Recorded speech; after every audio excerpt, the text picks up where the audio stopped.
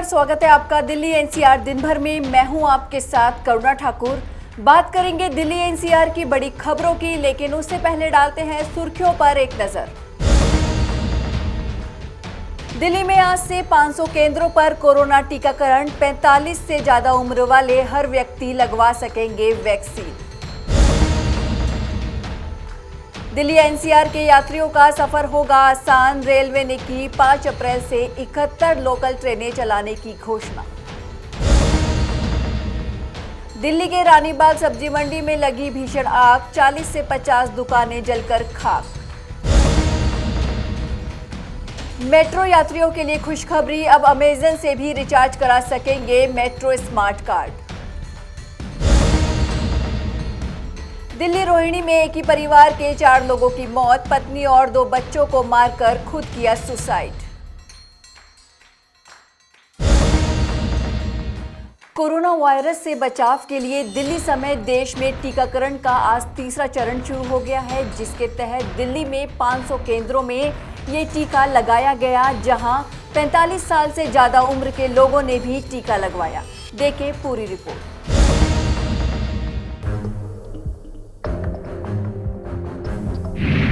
देश में टीकाकरण का तीसरा चरण आज से शुरू।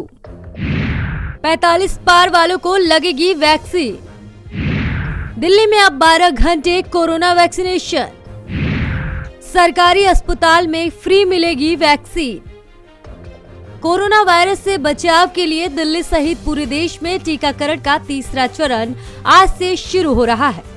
इसके तहत करीब 500 केंद्रों पर 45 और उससे अधिक वर्ष की आयु के लोगों को भी टीके लगाए जाएंगे। दिल्ली की बात करें तो यहाँ इस आयु वर्ग के करीब 65 लाख लोग हैं, जिन्हें तीसरे चरण में वैक्सीन लगनी शुरू हो जाएगी। स्वास्थ्य विभाग के मुताबिक दिल्ली में करीब 25 से 30% आबादी को इसी चरण में वैक्सीन दिया जा सकेगा। 16 जनवरी से शुरू होने वाले पहले चरण में दिल्ली में 3.6 लाख से अधिक स्वास्थ्य कर्मचारी और फ्रंट लाइन वर्करों को वैक्सीन दिया जाएगा। इसके बाद बीते 1 मार्च से शुरू हुए दूसरे चरण के तहत 60 और उससे अधिक आयु के बुजुर्गों के अलावा 45 से 59 आयु वर्ग के लोगों को कॉम्बिडिटी के साथ वैक्सीन दिया जाएगा। अब तीसरे चरण में जिस व्यक्ति की आयु 1 जनवरी 2022 तक 45 वर्ष या उससे अधिक होगी, सुबह 9 बजे से रात 9 बजे तक संचालित केंद्रों पर पंजीकृत लाभार्थियों को दोपहर 3 बजे तक वैक्सीन दिया जाएगा। इसके बाद गैर पंजीकृत व्यक्ति रात 9 बजे तक वैक्सीन ले सकते हैं। उन्हें बस अपना आधार कार्ड या कोई अन्य वैध पहचान प्रमाण पत्र ले जाने की जरूरत होगी। अधिकारियों की माने तो तीसरे चरण के पहले दिन बृहस्पतिवार को राजधानी के 136 निजी अस्पतालों सहित 192 स्वास्थ्य सुविधाओं का विस्तार किया गया है। सरकारी अस्पतालों और स्वास्थ्य केंद्रों पर टीके मुफ्त लगाए जाएंगे, जबकि 250 रुपए तक की खुराक निजी स्वास्थ्य सुविधाओं पर ली जाएगी। स्वास्थ्य मंत्री सत्येंद्र जैन ने कहा कि हमारे पास पर्याप्त वैक्सीन उपलब्ध है। पात्र लाभार्थियों की संख्या काफी बड़ी है। हम जल्द से जल्द टीकाकरण पूरा करने का प्रयास करेंगे।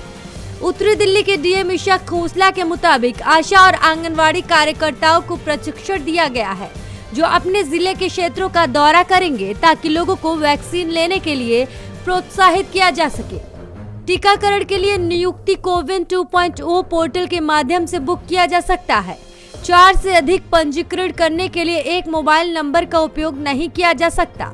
अधिकारियों ने कहा कि निजी अस्पतालों में टीकाकरण के लिए आने वाले लोगों को प्रति खुराक 250 रुपए का शुल्क देना होगा, जिसमें 100 रुपए प्रति सेवा शुल्क भी शामिल है। आपको बता दें कि राजधानी में कोरोना वायरस के मामले लगातार बढ़ने से चिकित्सीय सेवाओं पर फिर से असर बढ़ सकता है। संक्रमित मरीजों को समय पर उपचार दिलाने के लिए सरकार ने अस्पतालों में बिस्तरों को आरक्षित करना शुरू कर दिया है। बुधवार को स्वास्थ्य विभाग ने 33 प्राइवेट अस्पतालों में 220 आईसीयू बेड कोरोना मरीजों के लिए आरक्षित किए। Bureau report, Navodaya time. Delhi और आसपास के शहरों में रोजाना सफर करने वालों के लिए एक अच्छी खबर सामने आई है। उत्तरी रेलवे ने 5 अप्रैल से 71 लोकल ट्रेनें चलाने की घोषणा की है, जिसमें 17 ट्रेनें ऐसी हैं जो दिल्ली एनसीआर से कनेक्ट हैं। देखें पूरी रिपोर्ट। दिल्ली व आसपास के शहरों में कामकाज के सिलसिले में रोजाना सफर करने वाले यात्रियों के लिए अच्छी खबर है। दरअसल उत्तर रेलवे ने 5 अप्रैल से 71 लोकल ट्रेनें चलाने की घोषणा की है, जिसमें से 17 दिल्ली एनसीआर से संबंधित है। इन सभी ट्रेनों को एक्सप्रेस बनाकर चलाने का फैसला किया गया है। 5 अप्रैल से इन क्षेत्रों के लोगों को राहत मिलेगी। इससे पहले फरवरी के अंतिम सप्ताह से दिल्ली एनसीआर के लिए 11 लोकल ट्रेनें एक्सप्रेस बनाकर चलाई जा रही हैं। इनमें सफर करने के लिए किराया भी एक्सप्रेस का देना पड़ता है। बावजूद इसके लोकल ट्रेनों के चलने से लोगों को राहत मिलेगी। 5 अप्रैल से पानीपत, कुरुक्षेत्र, गाजियाबाद, रेवाड़ी, पलवल, सहारनपुर, अंबाला, शामली आदि रूट पर ट्रेनें चलेंगी। इससे दिल्ली एनसीआर में रोजाना सफर करने वाले लाखों यात्रियों को लाभ होगा। बता दें आपको कि उत्तर रेलवे को 10 अप्रैल तक 90% रेलगाड़ियां पटरी पर उतारनी है। इसे ध्यान में रखकर चरणबद्ध तरीके से लंबी दूरी की ट्रेनों के साथ ही लोकल ट्रेनें चलाने की घोषणा की जा रही है। लंबी दूरी की ट्रेनों में सिर्फ कंफर्म टिकट वाले यात्री ही सफर कर सकते हैं। वहीं लोकल ट्रेनों में अनारक्षित टिकट खरीदकर सफर करने की अनुमति है। इसके लिए टिकट काउंटर भी खोल दिए गए हैं। वहीं दूसरी तरफ भारतीय रेलवे लगातार लॉकडाउन के बाद अपने लाखों यात्रियों का सफर आसान करने में जुट गई है। इसमें उसे काफी हद तक सफलता भी मिली है। भारतीय रेलवे इस साल की शुरुआत से ही ट्रेनों की संख्या में लगातार इजाफा कर रहा है। भारतीय रेलवे रोजाना विशेष ट्रेनों के संचालन का ऐलान कर रहा है। आगे भी इसके जारी रहने की उम्मीद है, जिससे ट्रेनों की संख्या बढ़ने से यात्रियों की परेशानी दूर होगी। इसी बीच उत्तर रेलवे ने कुल 48 स्पेशल ट्रेनों के संचालन का ऐलान किया। उत्तर रेलवे से मिली आधिकारिक जानकारी के अनुसार इन 4 दर्जन स्पेशल ट्रेनों में सफर करने के लिए मेल या एक्सप्रेस ट्रेनों के किराए के बराबर भुगतान करना होगा। Bureau report, Navodaya times. राजधानी दिल्ली से आग लगने की बड़ी खबर सामने आई है, जहां पीतमपुरा इलाके में रानीबाग की सब्जी मंडी में भीषण आग लग गई। इस आग की चपेट में 40 से 50 दुकानें आ गई हैं। देखें पूरी रिपोर्ट।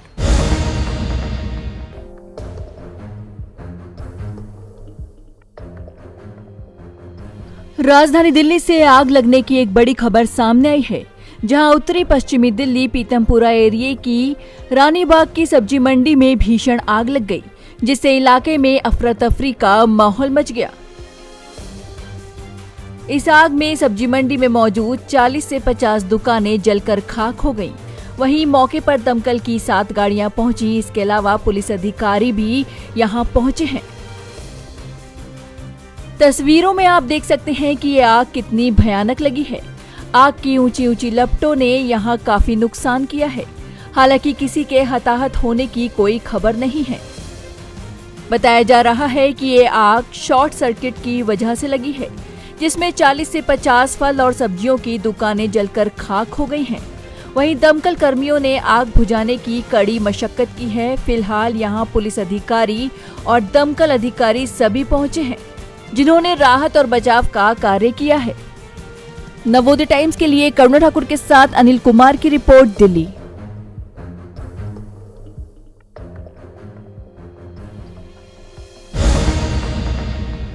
मेट्रो में सफर करने वाले लोगों के लिए अच्छी खबर सामने आई है। अब मेट्रो यात्री अपने मेट्रो स्मार्ट कार्ड का रिचार्ज अमेजन पे के जरिए करवा सकेंगे।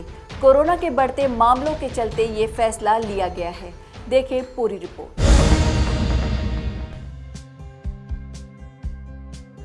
मेट्रो में सफर करने वाले लोगों के लिए एक अच्छी खबर सामने आई है कि अब यात्री अपने मेट्रो स्मार्ट कार्ड को अमेजन पे से भी रिचार्ज करवा सकेंगे। जी हां, राजधानी दिल्ली में बढ़ते कोरोना के मामलों को देखते हुए ये फैसला लिया गया है। दिल्ली मेट्रो रेल कॉरपोरेशन यानी DMRC के प्रबंध निदेशक डॉक्टर मंगू सिंह और अमेजन पे के CEO ने वीडियो कॉन्फ्रेंसिंग के जरिए इस सेवा की शुरुआत की। यात्री अब मेट्रो में सफर करने के लिए स्मार्ट कार्ड पर 100 से लेकर 2000 रुपए तक का रिचार्ज अमेजन पे के जरिए करवा सकेंगे। तो आइए आपको बताते हैं कैसे आप अमेजन पे के जरिए अपने मेट्रो स्मार्ट कार्ड को रिचार्ज कर सकते हैं। अपना मेट्रो स्मार्ट कार्ड रिचार्ज करने के लिए सबसे पहले अमेज़न पे ऐप को डाउनलोड करना होगा। अमेज़न पे टैब के तहत मेट्रो रिचार्ज विकल्प पर क्लिक करना होगा। उसके बाद मेट्रो स्मार्ट कार्ड का नंबर दर्ज कराना होगा। जितने का रिचार्ज कराना है वो धनराशि मार्क करनी होगी। अमेज़न पे के जरिए 100 रुपए से 2000 रुपए तक का रिचार्ज हो सकेगा। दरअसल कोरोना के बढ़ते मामलों को देखते हुए और दिल्ली मेट्रो के यात्रियों के बीच कैशलेस लेन देन को बढ़ावा देने के लिए ये पहल की गई है। डिजिटल ड्राइव के समर्थन में डीएमआरसी ने संक्रमण के प्रसार को रोकने की दिशा में ये एक और कदम बढ़ाया है। वहीं इस मौके पर अमेज़न पे के सीईओ महेंद्र नेरुकर ने कहा कि ग्राहकों के बीच डिजिटल भुगतान को सहज बनाने के लिए लगातार नए प्रयास किए जा रहे हैं। इससे दिल्ली एनसीआर में मेट्रो से सफर करने वाले लाखों यात्रियों को राहत मिलेगी। दिल्ली मेट्रो राजधानी की लाइफलाइन है। ग्राहकों को मेट्रो कार्ड के रिचार्ज की इस सुविधा से कॉन्टेक्टलेस सेवा का लाभ मिलेगा। मेट्रो में सफर को अधिक सुविधाजनक, सुरक्षित, कैशलेस और सुरक्षित बनाने की दिशा में की गई पहल से यात्रियों की परेशानी काफी हद तक कम होगी। नवोदय टाइम्स के लिए करुणा ठाकुर की रिपोर्ट, दिल्ली। दिल्ली के रोहिणी इलाके से एक खौफनाक खबर सामने आई है, जहां एक ही परिवार के 4 लोगों की संदिग्ध परिस्थितियों में मौत हो गई। माना जा रहा है कि पति ने पहले अपनी पत्नी और दोनों बच्चों को मौत के घाट उतारा और फिर खुद भी सुसाइड कर लिया। देखिए क्या है मामला।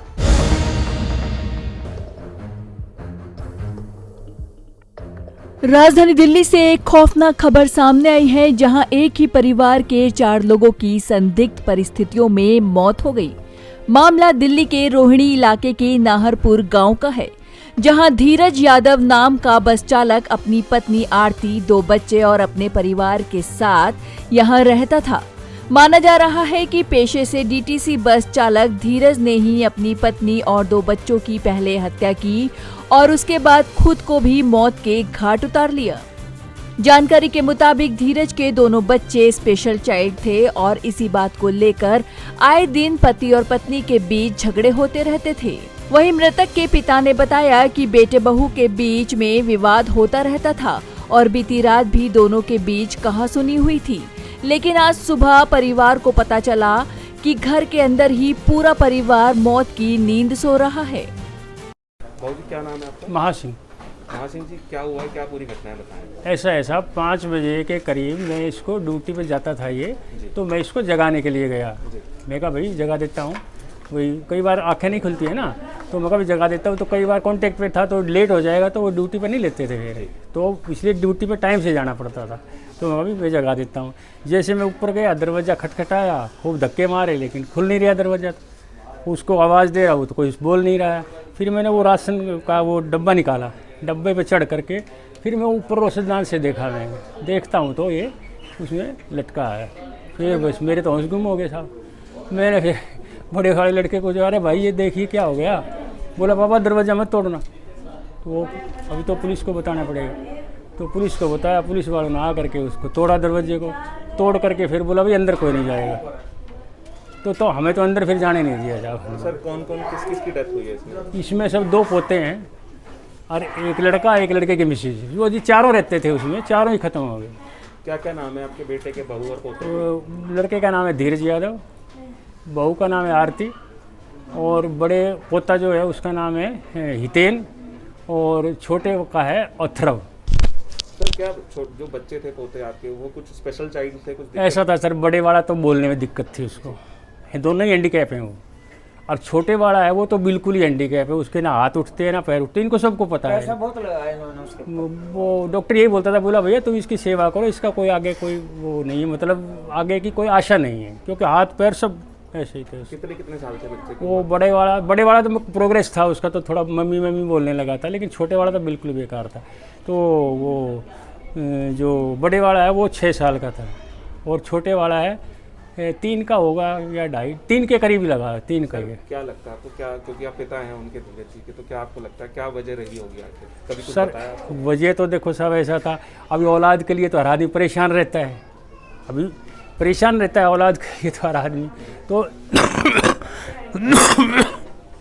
इसीलिए अब ये पड़ोसन है तो सब जानती हैं भाई, उसका इलाज में हमने कोई कमी नहीं छोड़ते थे। जहाँ भी भाई कोई इलाज हो उसका, भाई यहाँ ले जाना वहाँ ले जाना, बेटे तू इलाज करा इसका। कोई उसको कोई पर्सनल तकलीफ देनी हो, जैसे मान लिया कोई कपड़े धुलाने कुछ करना, नो मैं अपनी माँ का और उनका सबका अपने हाथ से कपड़े धोता हूँ, सारा घर का काम मैं अपने हाथ से करता हूँ। मतलब कभी कुछ बताया नहीं उन्होंने आपको कि कभी क्या परेशानी होती नहीं, वो तो आपस में मियाँ बीवी का तो झगड़ा होता था इनका। वो किस लिए था? बच्चे की वजह से। वो क्यों रो रहा है, वो क्यों ऐसा कर रहा है, इसको ये नहीं किया, उसको वो नहीं किया, वो आपस में तो इनका चलता था। लेकिन उसमें जैसे मैं कई बार समझाता था तो बोलते आप क्यों आए हमारे मियाँ बीवी के बीच में, हमारा आपका? अरे भाई मैं बोले मैं जा रहा हूँ, मैं तो नीचे है, मैं तो फिर जाता ही नहीं था। सुबह जगा दिया, उसके बाद फिर मैं नहीं जाता था, क्यों भाई करो जैसे। वहीं पड़ोसियों का कहना है कि मृतक और उसका पूरा परिवार ही काफी मिलनसार था और वे व्यवहारिक भी थे। ऐसे में इस तरह की घटना की किसी को कोई उम्मीद नहीं थी कभी भी। और ये बहुत अच्छा आदमी है, लेकिन इसकी कोई बुराई करके खुश नहीं है। इसको संगवान में भी कसर निकाल ली है, बहुत अच्छी तरह माँ को भी संगवाता था। धीरज की माँ है वो भी पागल है, उसको भी संगवाता था। इनका कोई दोष नहीं है, उनकी कोई मियाँ बीवी खटपट हुई हो तो पता नहीं, बताया भी नहीं उन्होंने कोई बताई भी नहीं। ऐसी कोई दुर्घटना भाई हमारे साथ ऐसे है, ना औरत को बताई ना लड़के को बताई, कोई दिक्कत नहीं थी। और अपना कुछ न कुछ सारा दे ही रहा था उनको, ऐसा विश्वास भी नहीं आता कि हाँ कैसा हो जाएगा पड़ोस में। और हम तो बूढ़े हो गए देखते देखते इन्होंने, कोई लड़ाई झगड़े का तो कोई मतलब ही नहीं है इसका। जो धीरज है उनकी कैसी आदत थी, कैसे थे वो आदत भाई देखो मियाँ बीवी के बीच में तो क्या पता लगता है भाई, बच्चों के में। रहता था। हाँ उनमें आपस में झगड़ा रहता था? वहाँ हो जा सोबर हो जा, मर्द वीर का झगड़ा बच्चों पर हो जा। ऐसी तो कोई दुर्घटना नहीं थी उनके साथ, लेकिन ये पता नहीं कैसे क्या हुआ उनका। नौकरी भी करे था, और नौकरी भी लग रहा था वो डीटीसी में। हाँ फिलहाल घटनास्थल पर रोहिणी नॉर्थ थाना पुलिस और तमाम आला अधिकारी भी पहुंचे और चारों के शवों को पोस्टमार्टम के लिए भेज दिया और मामले की जांच शुरू कर दी है। नवोदय टाइम्स के लिए करुण ठाकुर के साथ प्रभाकर राणा की रिपोर्ट, दिल्ली। फिलहाल के लिए दिल्ली एनसीआर में बस इतना ही। बाकी खबरों के लिए देखते रहिए पंजाब केसरी नवोदय टाइम्स टीवी। मुझे दीजिए इजाजत, नमस्कार।